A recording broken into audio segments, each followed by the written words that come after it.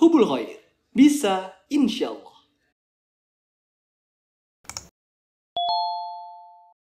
Assalamualaikum warahmatullahi wabarakatuh. Innal hamdalillah hamdan katsiran thayyiban barakan fih kama yuhibbu rabbuna warda. Asyhadu an la ilaha illallah wahdahu la syarikalah wa asyhadu anna Muhammadan abduhu wa rasuluh. Allahumma shalli ala Muhammad wa ala alihi wa sahbihi wa man tabi'ahum bi ihsan ila yaumil. Amma ba'd. Alhamdulillah para jemaah sekalian rahimani wa rahimakumullah. Pada kesempatan kali ini insyaallah kita akan membahas tauhid versus syirik, yaitu kita harus mengetahui apa itu tauhid, kemudian lawannya yaitu syirik, yaitu menyekutukan Allah Subhanahu wa taala. Maka pada kesempatan yang mulia ini insyaallah taala kita akan bahas tentang tauhid. Para hadirin, para jemaah rahimani wa rahimakumullah, ketahuilah bahwasanya tauhid khusus adalah yaitu mengesahkan Allah Subhanahu wa taala di dalam beribadah. Ketika kita sholat, ketika kita berdoa, ketika kita mengamalkan salah satu macam bentuk ibadah, maka kita semua tujukan kepada satu zat, yaitu kepada Allah Subhanahu wa taala. Dan inilah tauhid yang sesungguhnya para jemaah sekalian. Sehingga jangan sampai ketika kita sholat kita menghadap pada Allah Subhanahu wa taala tapi juga beribadah kepada yang lainnya, naudzubillah min dzalik. Baik itu berupa kesyirikan sesajen, kedukun dan seterusnya. Maka ini kita tinggalkan sejauh-jauhnya. Kemudian para jemaah sekalian rahimani wa rahimakumullah, ketahuilah tauhid itu dibagi menjadi 3 macam. Yang pertama adalah tauhid rububiyah, yaitu adalah tauhid kita mengesahkan perbuatannya Allah Subhanahu wa taala, yaitu baik berupa Allah Al-Khaliq yang Maha menciptakan seluruh alam semesta, Al-Malik, Allah lah yang Maha menguasai seluruh yang ada di alam semesta, kemudian Al-Mudabbir, yaitu Allah yang Maha mengatur seluruh alam semesta. Sebagaimana yang difirmankan oleh Allah Subhanahu wa taala dalam surat Az-Zumar, Allah mengatakan Allahu khaliqu kulli syai', yaitu Allah adalah yang menciptakan segala sesuatu para jemaah sekalian. Dan ini tentunya harus kita yakini. Ketika kita ditanya siapa yang menciptakan kita, siapa yang menciptakan bumi, siapa yang menciptakan langit yang tanpa tiang bisa berdiri kokoh, maka kita dengan lantang dan tegas mengatakan yaitu Allah Subhanahu wa taala. Kemudian para jemaah sekalian rahimani wa rahimakumullah, inilah perintah yang pertama. Kalau kita perhatikan dalam surat Al-Baqarah, Allah berfirman, "Ya ayuhan nasu ubudu rabbakumul ladzi khalaqakum wal ladzina min qablikum la'allakum tattaqun." Surat Al-Baqarah ayat 21. Yang artinya adalah, wahai manusia, sembahlah Tuhanmu yang telah menciptakanmu dan orang-orang sebelummu agar kamu bertakwa. Dan di sini para jemaah sekalian, ayat ini adalah perintah pertama dalam surat Al-Baqarah yang dimana sebelumnya dari ayat 1 sampai 20 belum ada kata perintah. Dan di sini para jemaah sekalian, u'budu, ada kata perintah yang dimana kalau kita ketahui dalam bahasa Arab adalah fi'il amr yang menunjukkan apa para jemaah sekalian, yaitu hukumnya wajib kita beribadah hanya kepada Allah Subhanahu wa taala. Bagaimana kaidah tafsir mengatakan al-amru lil wujub. Ketika ada kata perintah di sana, maka hukumnya adalah wajib. Dan di sini para jemaah sekalian kita harus mengetahui sekali lagi, ketika kita mengetahui bahwasanya satu-satunya zat yang Maha menciptakan seluruh alam semesta adalah Allah, kemudian satu-satunya zat yang menguasai seluruh alam semesta adalah Allah, kemudian satu-satunya zat yang Maha mengatur seluruh alam semesta adalah Allah, maka hanya kepada Allah lah kita beribadah, hanya kepada Allah lah kita menyembah, hanya kepada Allah lah kita berdoa. Maka salah satu ulama tafsir yang bernama Ibnu Katsir rahimahullah taala, beliau mengatakan hanya pencipta segala sesuatu yang ada inilah yang berhak disembah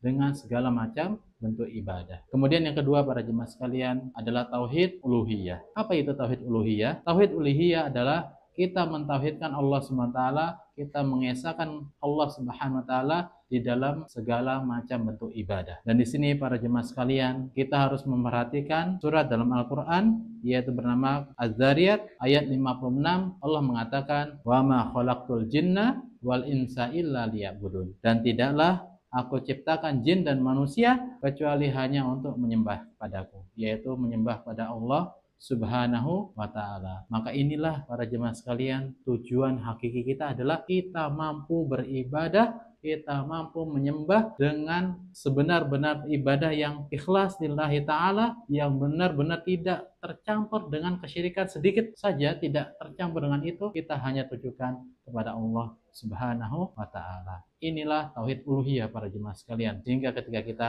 sholat, kita hanya menyembah kepada Allah Subhanahu wa ta'ala. Kita hanya sujud kepada Allah Subhanahu wa ta'ala. Ketika kita berdoa hanyalah kepada Allah Subhanahu wa ta'ala. Ketika kita bersumpah, kita juga atas nama Allah Subhanahu wa ta'ala. Tidak boleh bersumpah atas nama selain Allah. Begitu pula dengan macam bentuk ibadah yang lainnya, kita semua tujukan kepada Allah Subhanahu wa ta'ala. Dan inilah yang dimaksud dengan tauhid uluhiyah. Lalu yang ketiga para jemaah sekalian, yaitu tauhid asma wa sifat, yaitu kita mengesahkan Allah Subhanahu wa ta'ala dengan nama-nama dan sifat-sifatnya Allah Subhanahu wa ta'ala yang maha indah.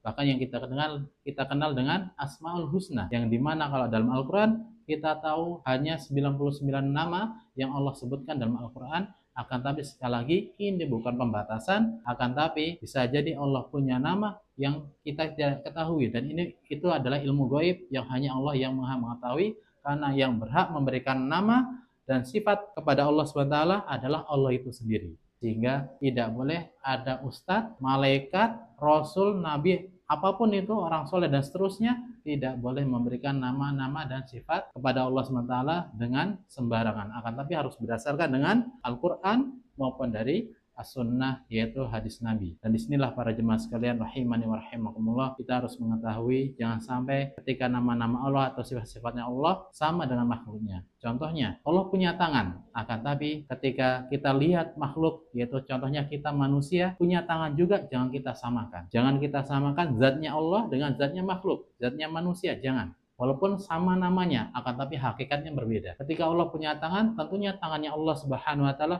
berbeda dengan tangannya manusia. Contoh para jemaah sekalian, kita berikan gambaran manusia dengan binatang misalkan. Contohnya binatang kera. Kita punya tangan, kera juga punya tangan. Ataupun ayam, ataupun sapi dan seterusnya punya kaki, tangan dan seterusnya. Yang dimana bentuknya berbeda, hakikatnya berbeda. Itu baru antar makhluk satu dengan yang lainnya. Apalagi dengan Al-Khaliq, yaitu Maha Menciptakan, tentu sangat jauh berbeda. Sehingga jangan sampai kita memisalkan atau menyamakan tangan kita dengan tangan Allah SWT. Na'udzubillah min dzalik. Karena Allah punya nama dan sifat tentu dengan ketinggiannya, karena Allah itu maha tinggi, ala wartafa, yaitu nama Allah SWT, dia tinggi dan meninggi terus, tidak ada yang semisal dengan Allah Subhanahu wa ta'ala, walaupun tadi yang kita sebutkan namanya sama. Kemudian Allah punya nama yang lain, ya, yang harus kita ketahui, Ar-Rahman, Ar-Rahim, ya, maha pengasih lagi maha penyayang. Kemudian yang lainnya banyak sekali nama-nama Allah Subhanahu wa ta'ala, Al-Basir,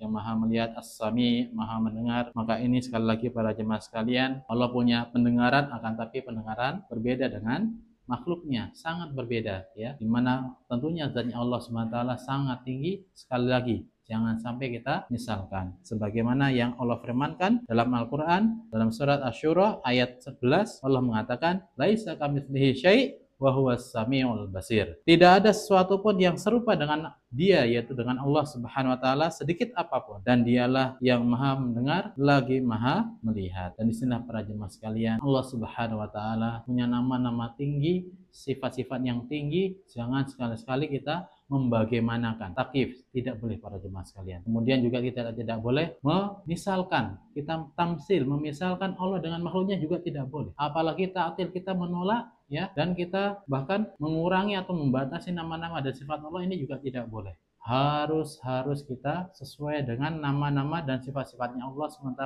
sesuai dengan hakikatnya Allah Subhanahu wa ta'ala, yaitu tinggi lagi maha tinggi. Dan disinilah para jemaah sekalian, kita harus mengetahui bahwasanya Allah itu punya nama, punya sifat, yang dimana nama-nama dan sifat Allah itu maha sempurna, tidak ada cacat sedikit pun. Oleh karenanya para jemaah sekalian rahimani wa rahimakumullah, ketika kita lemah para jemaah sekalian, ketika kita tahu bahwasanya kita punya keterbatasan, maka sandarkanlah kepada Al-Qawi, yaitu yang maha kuat, Al-Aziz, yang maha perkasa, yaitu kepada Allah Subhanahu wa ta'ala. Dan di sini dengan nama dan sifat-sifat Allah tersebut bisa kita gunakan untuk berdoa, dan semoga doa-doa itu bisa terkabulkan, bisa mustajab, dan kita benar-benar bisa memenuhi kebutuhan kita baik di dunia maupun nanti di akhirat kelak. Amin ya rabbal alamin. Dan inilah yang harus kita ketahui tentang tauhid para jemaah sekalian. Yang pertama tadi adalah tauhid rububiyah, lalu yang kedua adalah tauhid uluhiyah, dan yang ketiga adalah tauhid asma was sifat, yaitu nama dan sifat-sifat Allah SWT. Jangan sampai kita misalkan, jangan sampai kita tolak, jangan sampai kita membagaimanakan. Kemudian para jemaah sekalian, lawan dari tauhid. Lawan dari tauhid adalah syirik. Dan syirik ini artinya adalah perbuatan yang dimana menduakan Allah Subhanahu wa Ta'ala. Ketika ada orang lain yang beribadah menyembah kepada Allah, tapi juga menyembah kepada selain Allah, maka dia termasuk dalam orang-orang musyrik, yaitu orang-orang yang berbuat syirik. Dan ini kita tinggalkan sejauh-jauhnya para jemaah sekalian. Kenapa? Karena ketika orang itu berbuat syirik, lalu dia belum bertaubat, akan tapi sudah meninggal duluan,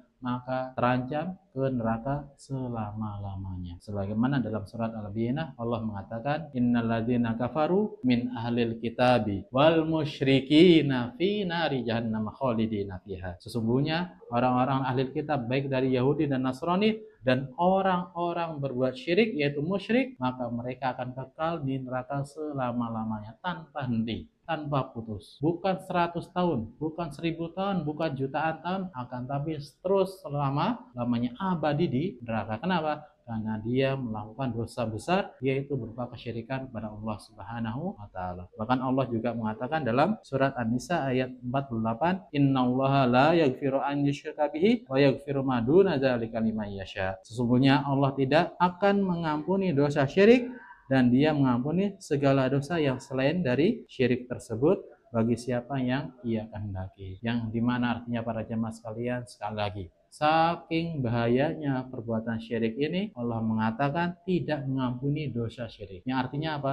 Ketika orang itu berbuat syirik, kemudian meninggal dunia, belum sempat bertaubat, sudah pasti dia masuk neraka selama-lamanya, abadi. Akan tapi kalau dosa-dosa selain syirik, maka nanti tergantung dengan kehendaknya Allah. Kalau Allah mengampuni, maka orang tersebut akan masuk surga. Akan tapi kalau Allah tidak mengampuni, maka Allah akan masukkan pada nerakanya sekadar dari sesuai dengan ukuran dosa dari orang tersebut. Akan tapi tidak kekal di neraka. Dan disinilah para jemaah sekalian, kita harus benar-benar menjauhi perbuatan syirik ini. Jangan sampai kita dekati, apalagi sampai menjadi pelakunya, apalagi sampai menjadi ahlinya yang mengajak orang berasyid. Naudzubillah min dzalik. Akan tapi kita harus meninggalkan sejauh-jauhnya, mengingatkan diri kita, keluarga kita, teman kita, tetangga kita, kerabat kita, dan masyarakat secara umum, sehingga menjadi ahli tauhid, yang dimana kita ketahui kita semua ingin masuk ke surganya Allah Subhanahu wa Ta'ala. Demikian yang bisa kami sampaikan pada kesempatan kali ini. Aku qouli hadza astaghfirullahi wa lakum wa lisa'iril muslimina wal muslimat fastaghfiruhu innahu ghafurur rahim.